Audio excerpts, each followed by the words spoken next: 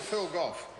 Mr Chairman, can I first add to the list of people that the Minister has thanked for the work that has gone into bringing this bill to this point, those that initiated the process. I'm thinking of Rick Barker, the Minister of Veterans Affairs. I'm thinking of the late John Campbell, who was President of the Royal New Zealand Returned and Services Association, and Major Chris Mullane, retired of the Ex-Vietnam Services Association. We began this process back in about 2006, Mr Chairman, and the other person that I want to add to that list is actually Sir Geoffrey Palmer.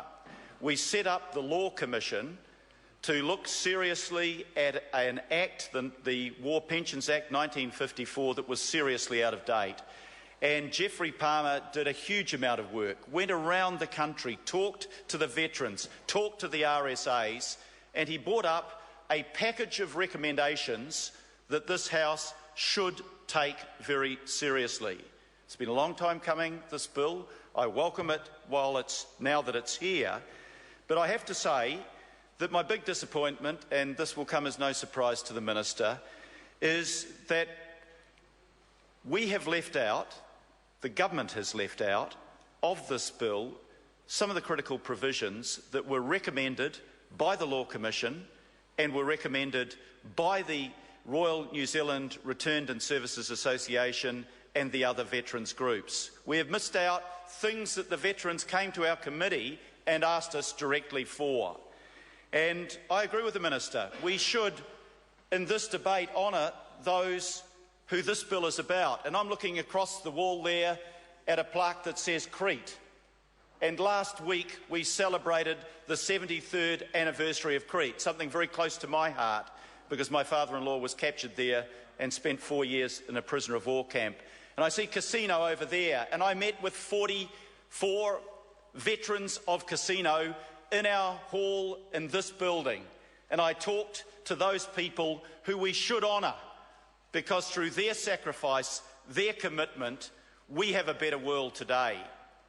And where I come out on this bill, Mr Chairman, is not simply to do as the Minister has done in picking up half of my suggested amendment, bring in the symbolism of saying that anyone who put themselves in harm's way should be eligible for a war veteran's pension, but not only give them the symbolism, but keep the substance. And the substance of what the RSA asked for, pleaded for, the substance of what the Law Commission said we should do, was to give them a few small material benefits, some substance to back up the symbolism of recognising their role and their service. And this is our last opportunity, Mr Chairman, to do it. In the regulatory impact statement, we read that 28% of our war veterans will pass away over the next 5 years. That'll be most of the World War II veterans. They were there in their 90s when we met with them last week, Minister. There was one fellow there, Ian Matheson, who had turned 100, and we spoke with them and we admired what they'd done, we admired their grit, and this is the chance to thank them in their lifetime by giving them the substance of what the Law Commission, after 2.5 years of hard work, said the House should give them. And I ask you, Minister, why we are scrimping. You know, what is the cost? It's $11.1 million. The Minister said it might be more than that. When I asked the officials, they said it was less than that. That's the answer I got from Rick Ottaway, Minister. Less than their original prediction. And I ask you that when we are passing in the estimates this year $13 million to pay for a conference in Samoa, why is it that we can't afford $11 million to honour those who for 4 years served this country abroad, watched their mates die or get badly wounded before their eyes, often came back traumatised? And I say, Minister, is $11.1 million in the first year, reducing to $8 million 3 years down the track, something that is unaffordable and unreasonable that we can offer our veterans? We've given Rio Tinto $30 million to subsidise them, Mr Chairman, to subsidise them to stay in New Zealand for another 3 years before they pull out. Last night we passed a very good piece of legislation. The first year cost, we didn't pass it, it went through its second reading, you might recall, Mr Chairman. I don't think you were unfortunate enough to have been in the chair at that point. But we passed something that would cost $138 million in its first year. And I applaud that. Actually, we should be helping working mothers to have a little bit of time out to raise their kids. But if we can do that for our working mums, surely for our veterans in their last years, we can give them this gesture of a little bit of substance to back up our expressed, and I accept its heartfelt gratitude from the Minister for their service. So what I'm saying, Mr Chairman, is what we are asking for is not unaffordable. What we are asking for is not unreasonable. What we're asking for is not a bidding race in an election year. It's something the Law Commission said we should do, and the veterans sincerely and genuinely pleaded with us to do. And surely in this House, when we stand up time and again and express our gratitude, we can give it a bit of concrete form. You know, 40 million, the Minister mentioned, it's over 4 years. 11 million dropping to 8 million. And the Minister says, but what about the other 10 to 15,000 vets from Afghanistan and Timor and the Solomons? That'll be a factor. It'll be a factor when most of us in this House are dead. They won't be retiring until around 2054, most of them.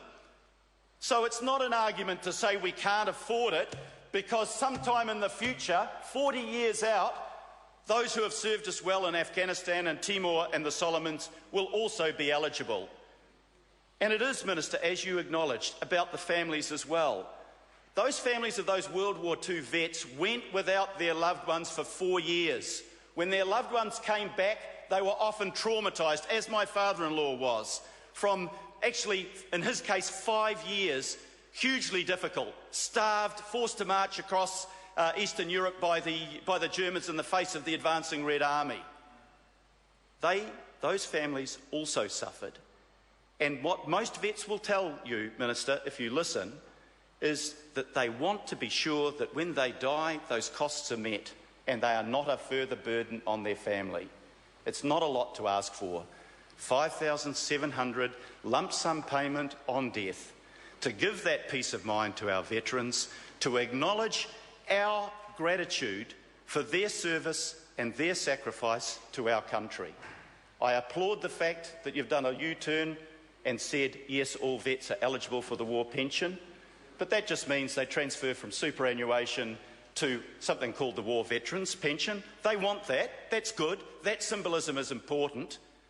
They get the community services card, might cost a couple of million, maybe not even that much.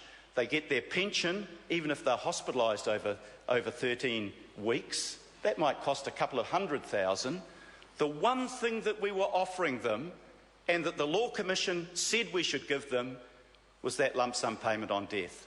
Is that too much to ask of our generation and the generations that will come, for people that shape the world that we enjoy today, the peace that we enjoy today, the well-being that we enjoy today?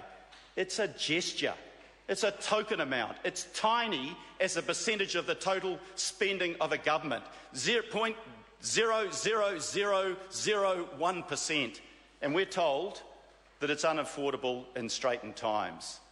Well, we could afford to give big tax cuts to wealthy people. Can we afford to give a small gesture to our veterans so that they know on their death the costs of their funeral expenses will not fall on their family? It's a little thing, Minister, to ask, and I'm asking it of you sincerely. I would love to see this House go forward as one and say, here is something concrete, tangible, albeit very small, that we can do for our veterans. I've heard no explanation in the Minister's speech or those on the National Party side who have spoken at earlier stages to say why we cannot afford to do that, why we should not do that. No New Zealander would begrudge this small gesture to the people who fought and sacrificed on our behalf. So I have got a SOP here. Mr Chairman.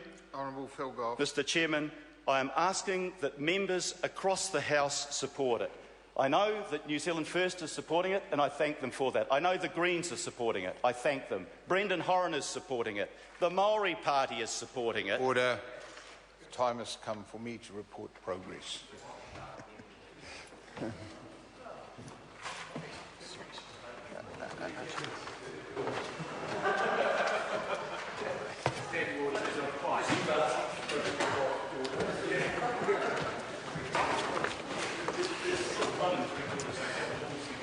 Members, the House has resumed. Mr Chairman. Mr Speaker, the committee has considered the Local Government Act 2002 Amendment Bill No. 3 and reports it with amendment.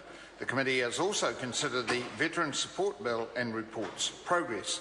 The committee has also considered the Taxation, Annual Rates, Employment Allowances and Remedial Matters Bill and reports no progress. Mr Speaker, I move that the report be adopted.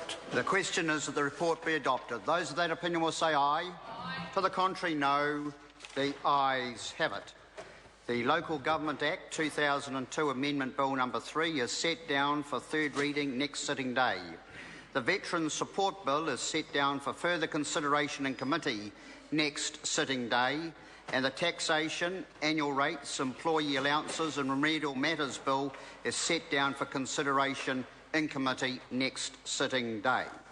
Members, the House stands adjourned until 2 p.m. on Tuesday the 17th of June 2014. Enjoy the adjournment break. Thank you.